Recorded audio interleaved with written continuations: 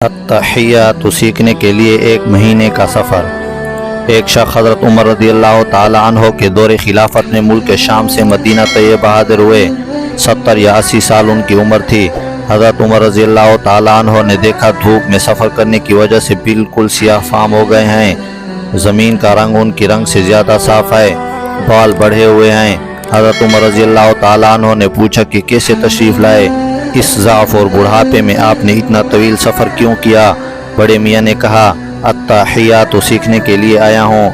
اتنی بات سن کر حضرت عمر رضی اللہ تعالی عنہ ایسے روئے کہ ان کی داڑھی مبارک تر ہو گئی اور ٹپ ٹپ آنسو گرنے لگے۔